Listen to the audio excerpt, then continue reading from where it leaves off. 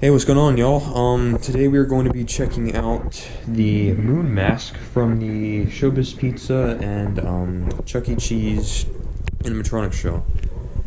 This could be found at Showbiz starting at 1981 until around the 90s when they changed it to ChuckE.Cheese's, which it still could be seen.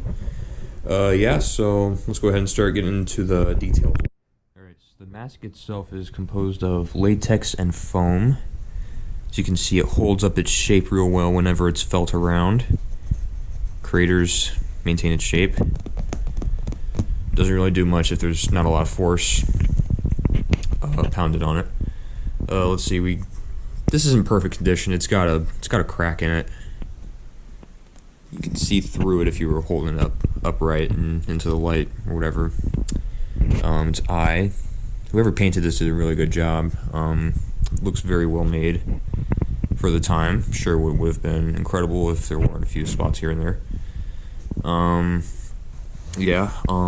don't know why, but up here it's a little crispy for some reason. Crispy where melted masks can often result in from too much heat or improper temperature, whatever happens. Could be the paint, I don't know. So I don't know whether this was at a Showbiz or a ChuckE.Cheese location. Whoever I got it from also had a son that they were selling, so that leads a little bit of possibility that could have been fresh from a Showbiz location. But when they remodeled to ChuckE.Cheese's, they repainted the moon to like a bluish type color, and we can see a lot of blue in this section right here, so never know. You can see some of the foam through it. Alright, so here we have the back of the moon. As you can see, there's a lot of foam. In fact, there's only foam. No latex molding or anywhere was cast for this spot.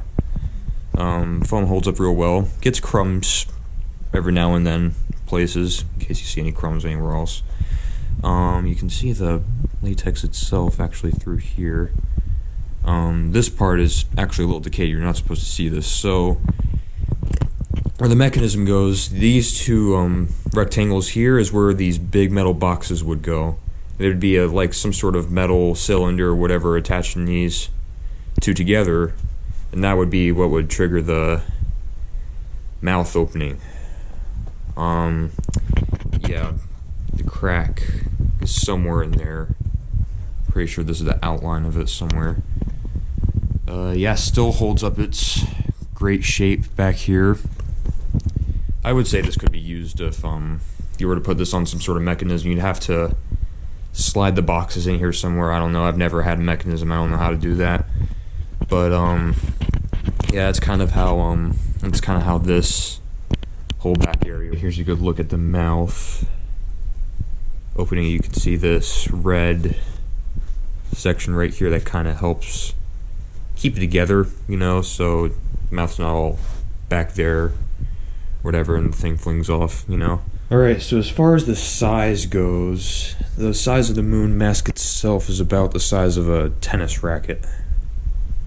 Actually, almost the exact same thing for some reason.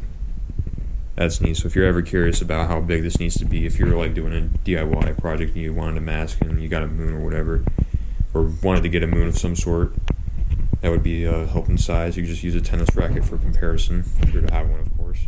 Okay, so the back boxes, they're not big at all. You could pretty much fit a Game Boy in there.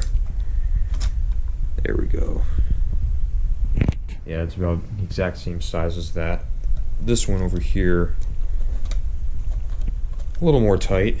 The Game Boy doesn't fit in too much, but yeah, it could go in there perfectly, just like that. Great mask. I think this could work easily for a project, or could still be used nice and well, aged very well for its age.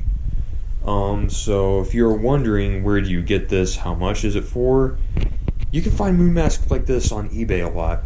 They show up from time to time. Other selling spots like Mercari or whatever, you don't really find them that much on.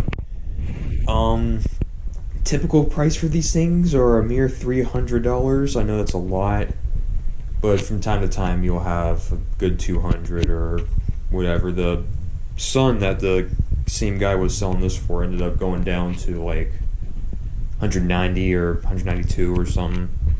I don't know, so that's around the price if you were interested in obtaining one of these pieces of history for yourself.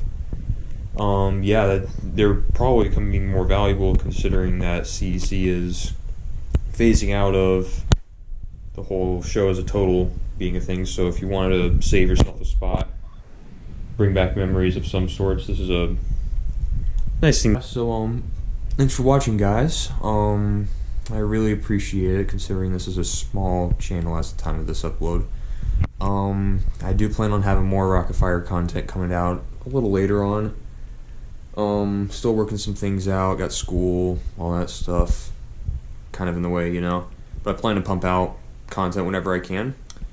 I do a lot more, I do plan on doing a lot more in-depth looks at other random things that relate to around this time period, so yeah, so stay tuned.